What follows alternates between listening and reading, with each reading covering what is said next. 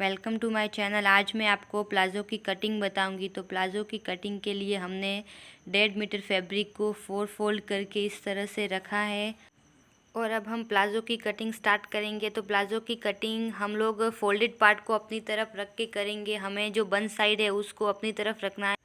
तो चलिए स्टार्ट करते हैं। सबसे पहले हम 2 इंचेज ऊपर बेल्ट के लिए कपड़ा छोड़ देंगे और उसके बाद हम बाकी का मेज़रमेंट लेना स्टार्ट करेंगे। तो हमें 2 इंचेज नाप कर ऊपर निशान लगाकर लाइन ड्रॉ कर देनी है। उस पर हम बाद में बेल्ट लगाकर उसमें इलास्टिक डालेंगे। तो हमने ये लाइन ड्रॉ कर दी है। अब हम उसके बाद यहाँ पे हिप के लिए निशान लगाएंगे। तो हिप के लिए हमें हमारी जो भी हिप का टोटल है उसका 4th पार्ट लेना है और उसमें 3 to 4 इंचेस हमें लूजिंग के लिए एक्स्ट्रा लेना है। तो मैं यहाँ पे 3 इंचेस ले रही हूँ। तो मेरा टोटल 10 इंचेस हो गया है। अगर आप ज़्यादा हैं, आपकी हिप साइज़ ज़्यादा है तो आप ज़्यादा भी ले सकते हैं। अब आसन के लिए हमने आसन मैंने यहाँ पे 13 इंचेस लिया है। आप अपने अकॉर्डिंग ले सकते हैं। आसन पर निशान लगाकर आपको इस तरह से सीधी लाइन ड्रॉ कर देनी है। उसके बाद आपको आसन से हिप के लिए निशान लगाना है और हमने जो ऊपर 10 इंचेस लिया था वहीं पर पहले आपको निशान लगाना है। उसके बाद आपको 1.5 से 2 इंचेस एक्स्ट्रा लेना है। अगर आपकी हिप साइज़ ज़्यादा है तो आप 2.5 से 3 इंचेस तक ले सकते हैं। उसके बाद इस तरह से सीधी लाइन ड्रॉ करने के बाद में आपको आसन से हिप के लिए इस गोलाई देनी है। इस तरह से आपको गोलाई दे देनी है। उसके बाद गोलाई देने के बाद हमें नीचे का जो पार्ट है उसको इस तरह से, अगर ये स्ट्रेट प्लाज़ो है तो मैं इसको स्ट्रेट ही कट कर रही हूँ। अगर आप ज़्यादा घेर वाला बना रहे हैं तो आप इसको गोलाई के शेप में रख सकते हैं। तो हमें इस तरह से, जिस तरह से हमें स्ट्रेट रखना है तो स्ट्रेट और गोलाई से हमें देना है। तो इस तरह से लाइन ड्रॉ कर देनी है और उसके बाद जो नीचे का पार्ट है बॉटम साइज़, उस पर हमें यहाँ पर 1 इंचेज में, जिस तरह से वीडियो में दिख रहा है वैसे ही गोलाई देनी है, ताकि जब हम इसको सिले तो हमारे यहाँ पे जो बॉटम का पार्ट है वो खींचे ना, इसलिए हमें यहाँ पे गोलाई देनी है।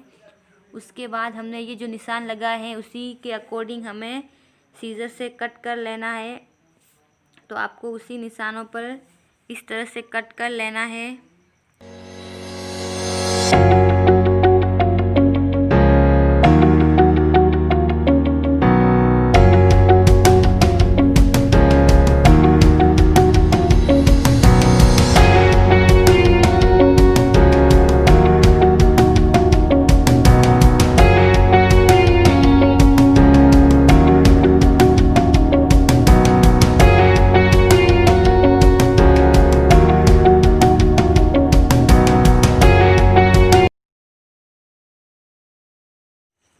तो हमने इसको कट कर लिया है और अब हम इसको पलट के देखेंगे, इसकी जो भी कटिंग है उसको देखेंगे और उसके बाद हम स्टिच करना स्टार्ट करेंगे।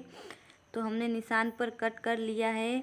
उसके बाद हम इसको सीधा करेंगे। पहले इस तरह से हम इसको सीधा करेंगे और जो हमने हिप के लिए दोनों साइड गोलाई दी थी वहाँ पर हम स्टिच करेंगे, एक एक सिलाई लेंगे। और तो हमने ये सिलाई ले ली है दोनों साइड और अब हम इसको सीधा करेंगे। तो हमें इस तरह से बीच में से पकड़कर जो दोनों सिलाई हमने ली है उसको, उन दोनों को आमने सामने इस तरह से करना है।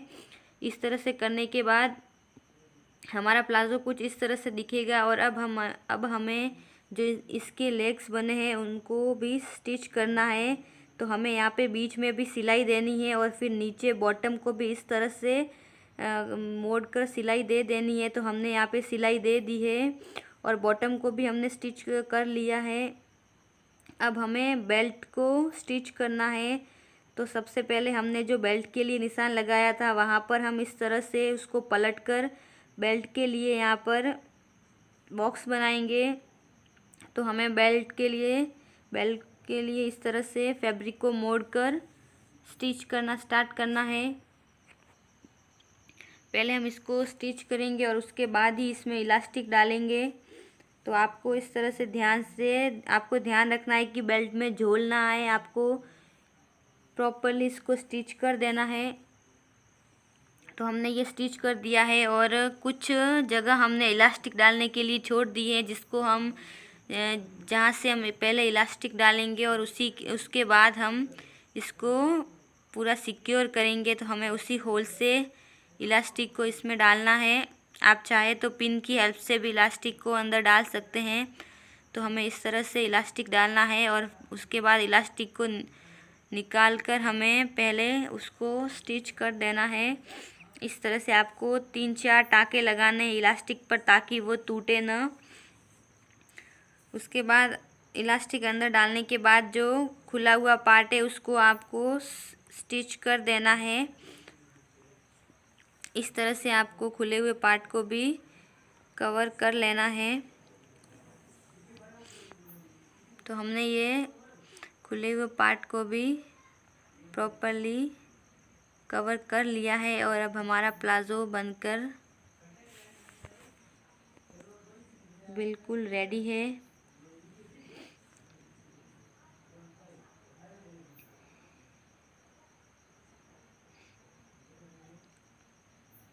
आप चाहें तो इसमें इलास्टिक पर बीच में एक और टाँका लगा सकते हैं।